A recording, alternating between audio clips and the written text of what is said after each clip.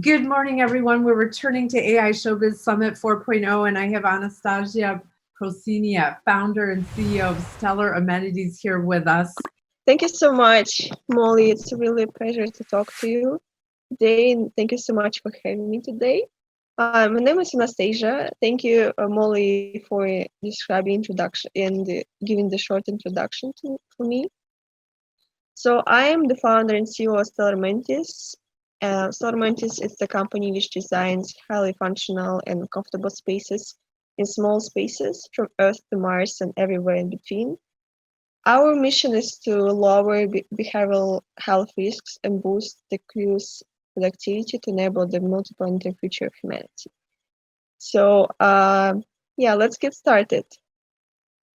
My journey as a space architect started in 2018 when I entered Marstopia competition with my friends, and um, it was an interesting experience where we took the People's Choice Prize, and from that point, I became extensively interested in space architecture, and you might see that I've been working on. From that point, I started to work on other projects. When I participated in that competition, I still was in architecture school in my bachelor in Russia, and then I wrote my grad thesis on settlement system on Mars, which basically defines how cities on Mars gonna grow, how the expansion gonna work, how far all the cities and small towns gonna be from each other, and it was really fun. And then the third is I was working in an aerospace company, and our client. Um, sorry, there's a dog. Please, I have a meeting. Can you maybe go out?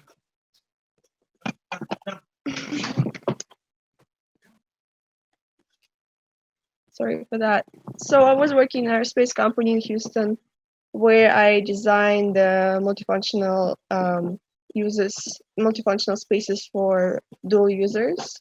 So they were space tourists as well as space researchers. And then, the most complicated thing is to combine two different users into one space. So since in a space habitat there is no such a space, so sorry for tautology, but like there's not so much space in space. So when you design for space, you need to combine many functions into one. So to make sure that everything you have to go. And then the fourth project here on the slide is was really honored to work with First Blood Logistics in Mars Society. We design a lava tube habitat in Iceland that is deployable inflatable. And also, I really had the honor to work at MIT Media Lab last summer to design the interior elements for the Tesseract space station. And then the very first project that was done when I formed Stellar Mantis is efficient furniture for Mars. So here on the slide you see Martian chair, which is extremely lightweight, deployable. And why I'm saying the reason why it's the way it is because we need to really, it costs $7,800 dollars to send a single chair to Mars. I mean, office chair to Mars, which is extremely bulky. And here is we're designing, a chair that could be, 5 times lighter than ordinary chair that NASA or any other agencies want to send. So this is kind of my short background. And you see, there's a lot of things going on in space right now. There's so many companies popping up. And I'm just really excited to see that humanity has never been that close to exploration and living in others lesser body than Earth. However, there are three existing problems in space habitats. There is, as I said, a rising demand on the private space sector with no developed design solutions. And then it means that rising demand on the private space sector dictates its rule, and the habitable area cannot be suitable if it does not ensure the combination of optimal functioning while being cost-effective and favorable. And then the second is an efficient use of their space, not multi-purpose reconfiguration approach. So reconfiguration is the approach that can lower the price of going to space. And multi-purpose, basically, I already described it before, that you have only one space with multiple usage, which increase the productivity of the whole space. And then psychological, physiological issues. I'm gonna talk about it a bit more on next slides. And you see, there's really recent news. So SpaceX Crew Dragon is going to have a really huge milestone. On May 27, the company is scheduled to send 2 astronauts into space. For the first time, Elon Musk spacefaring firm has ever launched a human. Can you imagine it? Just the very first time we launch a human from US soil. And also in 2021, we're gonna have 3 tourists flying to the International Space Station into the Axiom Space capsule attached there. And also we're gonna go back to the moon by 2024 is the Artemis mission. And you cannot just miss out because there's things are just happening right now.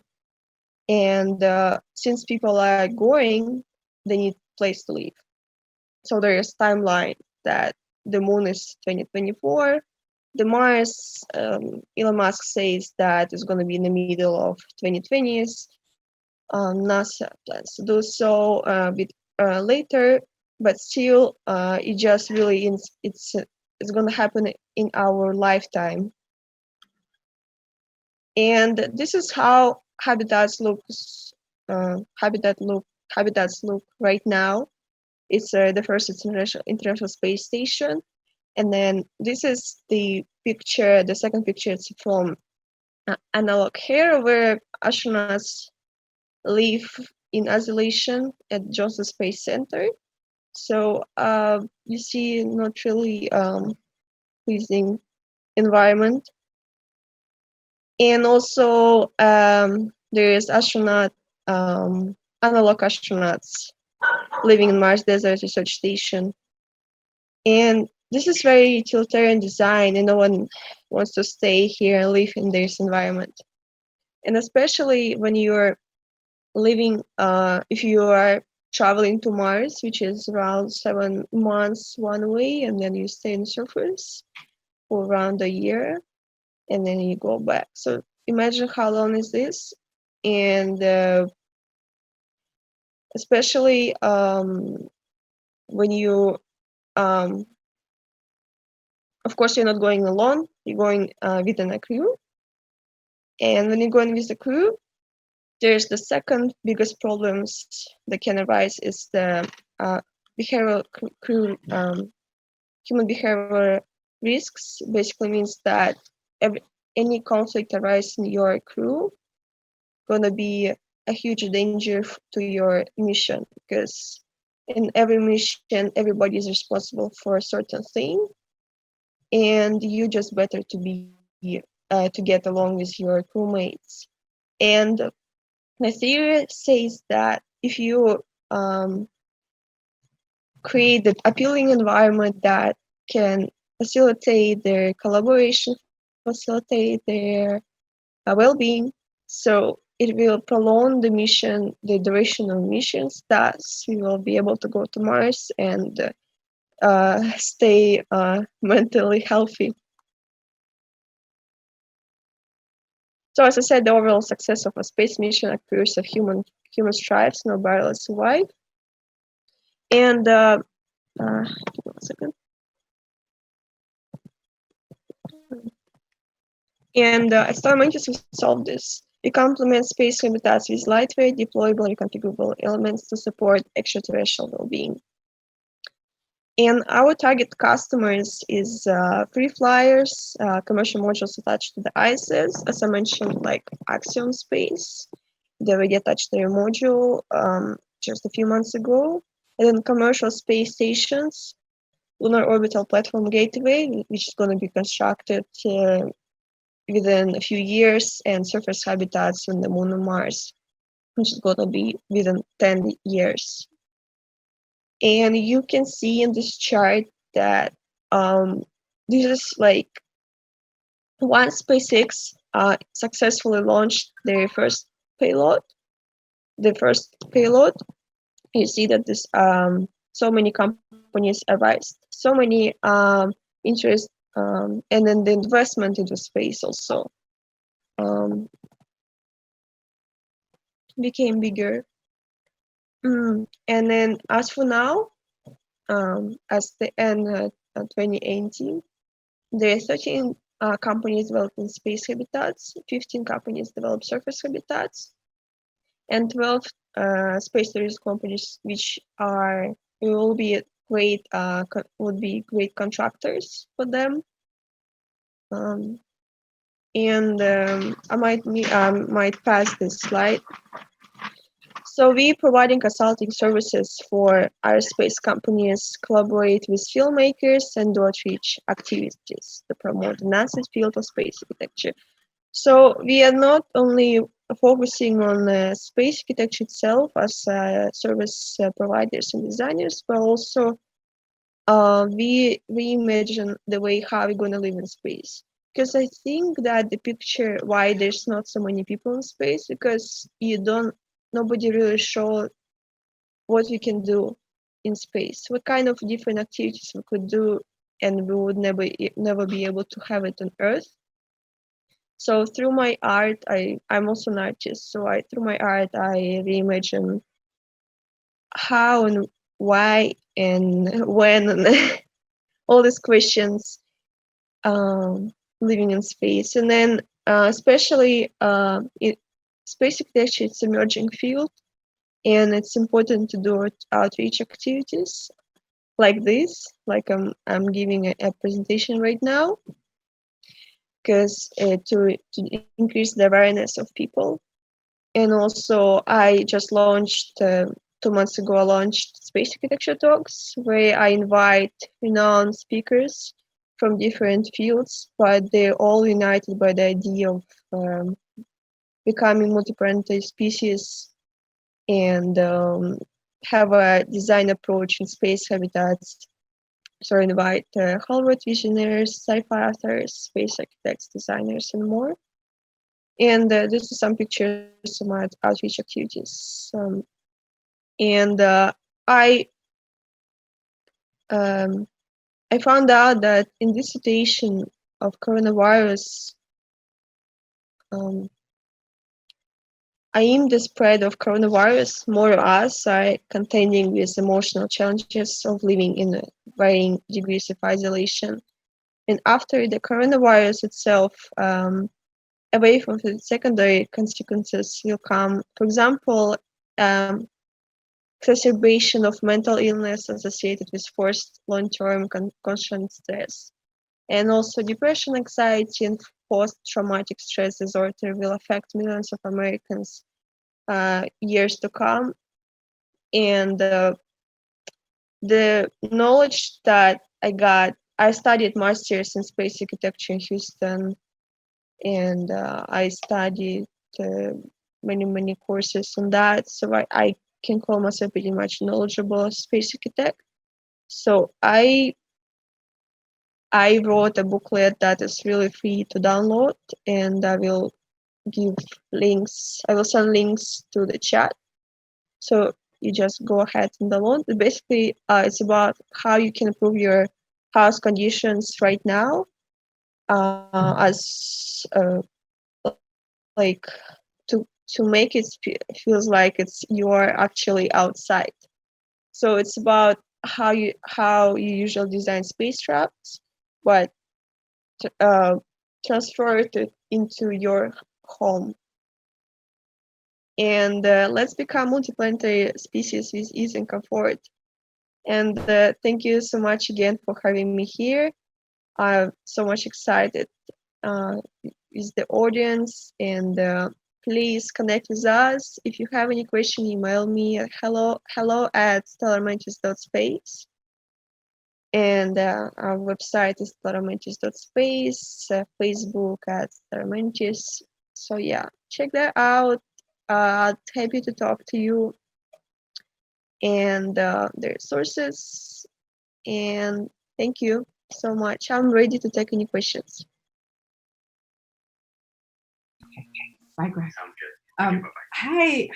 Oh, wow. That was just, I really enjoyed your talk. It was really amazing. And thank you for putting together all those great slides. And, I wanted to talk about that. Originally, we were thinking about putting you on a panel, but you really are more than ready to have your own keynote like this. You did a fantastic job. Thank you so much. Thank you so much. I just have one question because we're coming up on your time. What advice, as a young person embarking on her career who's already accomplished so much, do you have for other people in your generation, the millennial generation, especially if they want to go into the field that you're in? What words of wisdom do you want to share with them? Oh, thank you so much for this great question. The wisdom is, there's no wisdom, I would say. It's just, if you really want to do something, just do it. And all the obstacles, it's in our mind. And if you want to pursue this field of space architecture, just go for it. And we are going to hire like in a few weeks. So please email me with your CV and Oh. yeah, because we are hiring really soon. Well, tell us again, maybe re-mention it in case people are just tuning in. Yeah. If you already went into detail, what kind of people are you hiring, or what are you seeking in an employee? So we are hiring architects, already graduate architects with like maybe a few experiences in the field, but also architects who are passionate about space architecture. Who I also understand that there is just a few places where you can study space architecture, and I'm pretty much self-taught also. So I also understand that just architects, they all also can be taught Great. for space architecture. And also we need aerospace engineers, system engineers. So you see, it's so it's really a multidisciplinary field. That's where fantastic. everybody wanna come together and work.